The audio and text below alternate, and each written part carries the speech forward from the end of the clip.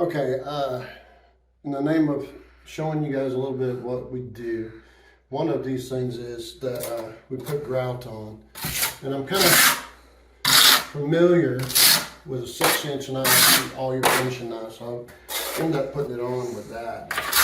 You can do it with other things like the sponge and something, rubber float. I'm so familiar with a finishing knife and things such as that.